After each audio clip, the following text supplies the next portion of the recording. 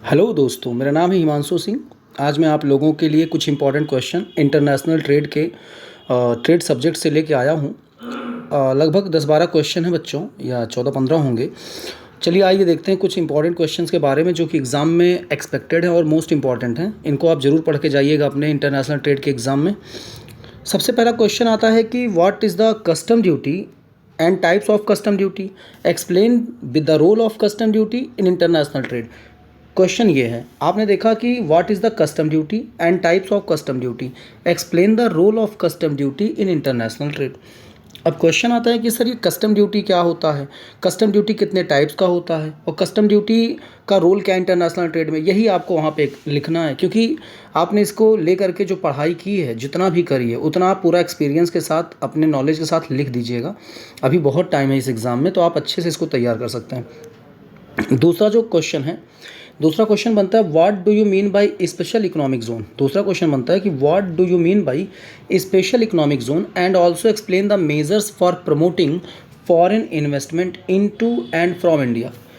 पूछ रहा है कि आपसे स्पेशल इकोनॉमिक जोन क्या होता है, आप इसकी मीनिंग, इसके फीचर्स लिखें। उसके बाद आप बताएं कि भाई ऐसे कौन से उपाय हैं, मेजर्स हैं जो हमारी सरकार ने लिए हैं फॉरेन ट्रेड को या फॉरेन इन्वेस्ट को प्रमोट करने के लिए, इंडिया में, आउटसाइड इंडिया। दोनों तरीके से आपको लिखना होगा। एक इंडिया के इन्वेस्टमेंट मेजर्स को लिखना होगा और आपको आउटसाइड इंडिया का भी लिखना होगा।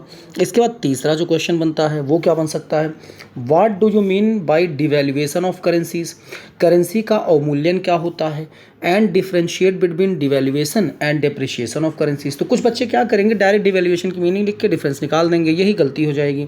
आपको डिवैल्यूएशन लिखना है, डिवैल्यूएशन का इम्पैक्ट क्या पड़ता है इकॉनमी पे, फिर आप डिफरेंस निकालें, फिर डिफरेंस निकालने के बाद आप इस टॉपिक को एग्जाम में कवर करें। ऐसा नहीं कि आप डायरेक्ट मीनिंग लिख दिया फिर डिफरेंस लिख दिया, 2 पेज में कवर कर दिया, क्योंकि 20 नंबर के क्वेश्चन अगर हैं तो आपको कम से कम 5 पेज तो लिखना ही पड़ेगा बच्चों। तो इसलिए थोड़ा सा आप ज़्यादा कोशिश करें लिखने के लिए। अगला आता है what do you mean bye devaluation of currencies, explain with its objective. मतलब कह रहा है डिवैल्यूएशन ऑफ करेंसीज क्या होती है, इसकी मीनिंग, इसका डेफिनेशन जो भी है, इसके बाद इसका ऑब्जेक्टिव क्या है, और पूछ रहा है इफेक्ट क्या पड़ता है डिवैल्यूएशन का इकॉनमी में। मतलब इकॉनमी में डिवैल्यूएशन का क्या प्रभाव पड़ेगा, यह भी आपको एग्जाम में बताना पड़ेगा। हेडिंग और इसके साथ हेडिंग को पूरा एक्सप्लेन करते हुए हेडिंग सब आप लिख के बताएंगे। फिर कह रहा what is the international trade, आपसे पूछ रहा है what is the international trade, explain with its objective and also differentiate between international trade and domestic trade. आपसे पूछ रहा है कि इंटरनेशनल ट्रेड क्या होता है।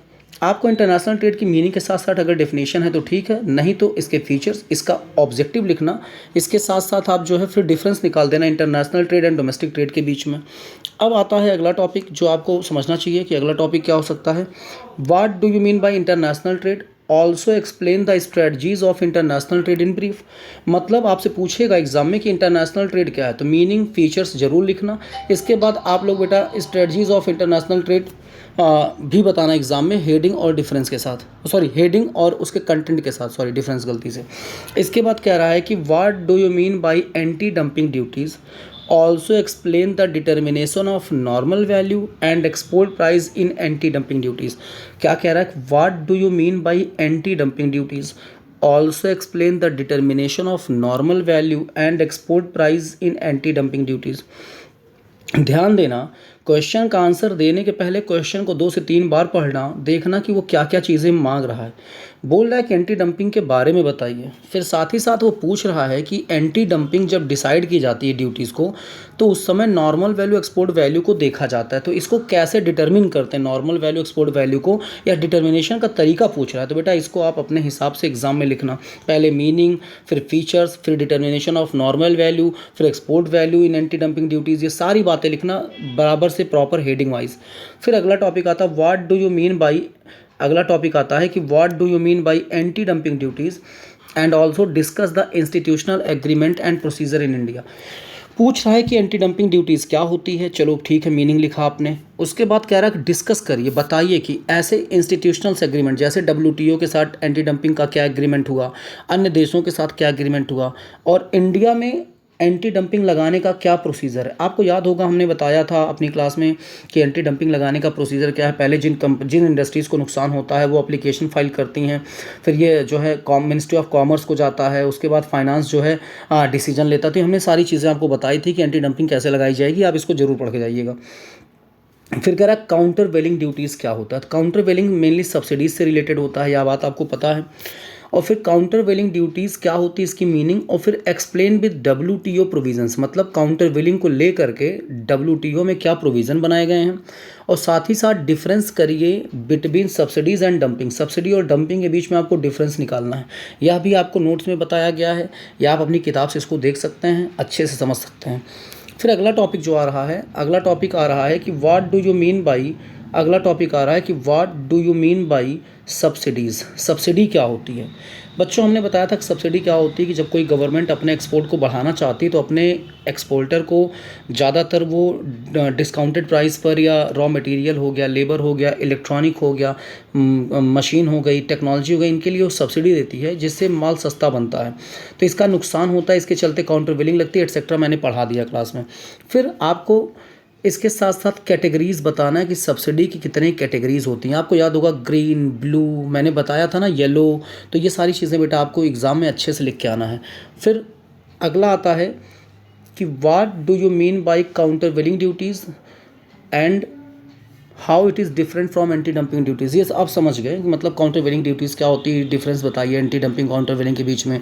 और काउंटर वेलिंग मेजर्स, मतलब काउंटर वेलिंग को कैसे सही किया जाए, कंट्रियाँ काउंटर वेलिंग कैसे कदम उठाती हैं। जब किसी कंट्री में कोई सब्सिडाइज माल बेचा जा रहा होता है तो वहाँ पर उस कंट्री के जो गवर्नमेंट है कैसे काउंटर वेलिंग मेजर्स का स्टेप उठाती है, ये बात आपको एग्जाम में लिखना होगा।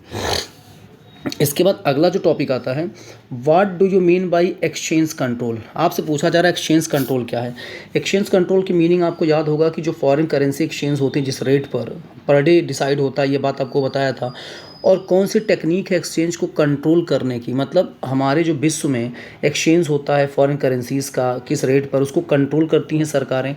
फिर वो कौन सी टेक्निक फॉलो करती है एक्सचेंज कंट्रोल करने की। तो ये तमाम चीज़ें बच्चों आपको एग्जाम में लिखना होगा। टेक्निक भी मैंने बताया था, डायरेक्ट इनडायरेक्ट, कई प्रकार की टेक्निक आपको मैं, डायरेक्ट में भी कई प्रकार, इनडायरेक्ट में भी कई प्रकार, कोटा मेथड वगैरह मैंने इसी में आपको बताया था। फिर अगला जो टॉपिक आता है, explain the exchange control with its objective. कह रहा है कि explain the exchange control. Exchange control की मीनिंग के साथ साथ इसका ऑब्जेक्टिव बताइए, एक्सचेंज कंट्रोल करने का उद्देश्य क्या है। फिर साथ ही साथ डिस्कस करिए कि एक्सचेंज कंट्रोल इंडिया में कैसे किया जाता है, पूरा प्रक्रिया आपको बतानी होगी।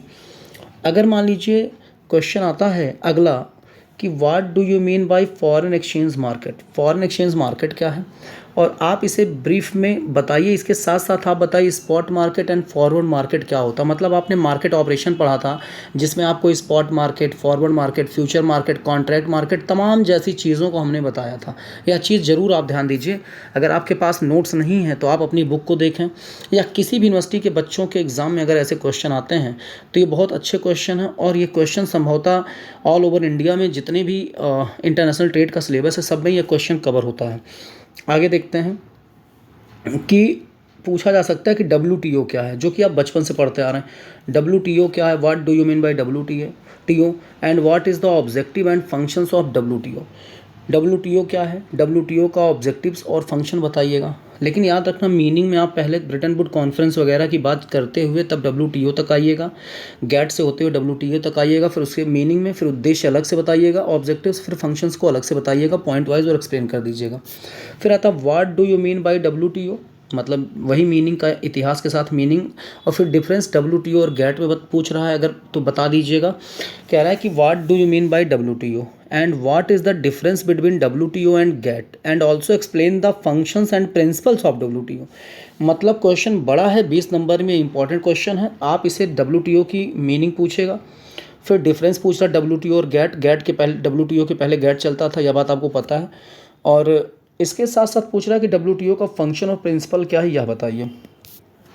फिर बच्चों आपसे क्वेश्चन पूछा जा सकता है एग्जाम में, एक और इम्पॉर्टेंट क्वेश्चन आ गया है, what do you mean bye world bank and what is the objective and functions of world bank.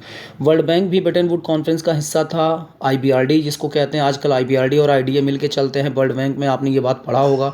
World bank group भी हमने पढ़ाया है, पढ़ लीजिएगा, और इसका ऑब्जेक्टिव्स एंड फंक्शंस आप पढ़ के जाइएगा। फिर कह रहा है अगला जो टॉपिक है, what do you mean by, अगला जो टॉपिक है, अगला टॉपिक आप ऐसे याद करिए कि अगला जो टॉपिक है कि भाई what do you mean by custom duty. अगला क्वेश्चन है what do you mean by custom duty. नहीं, हम लोग ऊपर आ गए, गलती से वो PPT ऊपर चला गया, हाँ वर्ल्ड बैंक तक थे, सॉरी। अब अगला जो क्वेश्चन है वो पूछा जा रहा है कि भाई what do you mean by IMF and what is the difference between world bank and IMF, या फिर कह रहा है कि what do you mean by IMF and how IMF is different from world bank, also explain the functions and objective of IMF। मतलब आप IMF के बारे में बताइए, फिर IMF किस प्रकार से वर्ल्ड बैंक से अलग है, मतलब दोनों में डिफरेंस बताइए IMF और वर्ल्ड बैंक में। फिर इसके बाद आप IMF के फंक्शंस और ऑब्जेक्टिव बताइए, ये क्वेश्चन भी अच्छा है। फिर कह रहा what do you mean by UNCTAD. UNCTAD के बारे में बताया गया था, United nation on conference trade and tariff के बारे में, ट्रेड एंड टैरिफ डेवलपमेंट, ये सब सारी चीज़ें बताई गई थी। फिर कह रहा है कि फंक्शंस क्या है एंड ऑब्जेक्टिव्स क्या है अंकटाड का, तो ये सारी चीज़ें आप बताइएगा। फिर कह रहा है कि भाई what do you mean by absolute cost advantage theory. आपको थ्योरी चैप्टर में मैंने बताया था, एडम स्मिथ की थ्योरी है ये, इसके एजम्पशंस और क्रिटिसिज्म पूरा अच्छी तरीके से बताइएगा। फिर पूछ रहा है कि explain opportunity cost theory with their assumptions and criticism in brief, मतलब आप अपॉर्चुनिटी कॉस्ट थ्योरी बताइएगा। इसके बाद अपॉर्चुनिटी कॉस्ट थ्योरी के साथ साथ आप बताइएगा इसके क्रिटिसाइज और एजम्पशंस को। फिर कह रहा what do you mean by opportunity cost theory and question वही आ गया है। चलिए ठीक है, तो बच्चों ये इंपॉर्टेंट क्वेश्चन कुछ बन रहे हैं। देखिए एक टीचर क्या करता है, इंपॉर्टेंट क्वेश्चन बता सकता है, बट यह श्योर नहीं कह सकता कि यहीं से आएगा, लेकिन हाँ अगर आप इतना पढ़ के जाते हैं तो ये 100% मैं आपसे कह दूं कि इसमें से आपका अच्छे से लिख के आते हैं तो 75% रिजल्ट होगा, क्योंकि ये आउट ऑफ सिलेबस नहीं है, टोटल सिलेबस कवर किया गया है। तो अगर आप इतना क्वेश्चन ध्यान दे लेंगे तो कहीं ना कहीं से बच्चों आपका अच्छे से रिजल्ट आ जाएगा और आपको जो है बहुत अच्छा मतलब नंबर पाने में इसमें मदद मिलेगी। तो आप ये क्वेश्चन ज़रूर ध्यान दीजिएगा जितना मैंने यहाँ पर कराया है। तो अगली क्लास में या अगले लेक्चर में जो मैं आपको PPT देने वाला हूँ अपनी इस YouTube चैनल पे, वो HRM और मार्केटिंग का भी दूंगा कि भाई कौन सा ऐसा क्वेश्चन बन सकता है जो एग्ज़ाम में इंपॉर्टेंट होगा। थैंक यू बच्चों, आप लाइक और सब्सक्राइब चैनल को करिए, ज़्यादा से ज़्यादा शेयर करिए, लोगों को बताइए, क्योंकि अभी इस चैनल पर सिर्फ एजुकेशनल प्लेटफॉर्म चीज़ें आएंगी।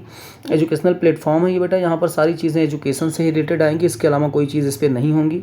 ये BA BCom BSc जितनी भी इकोनॉमिक्स मैनेजमेंट अकाउंट्स जो भी चीज़ है बेटा, GST इनकम टैक्स, सबके क्वेश्चन सबके लेक्चर सब इस पर अवेलेबल होंगे। चलिए बच्चों, thank you, wish you all the best, आपका अगला एग्ज़ाम अच्छा जाए। थैंक यू बच्चों।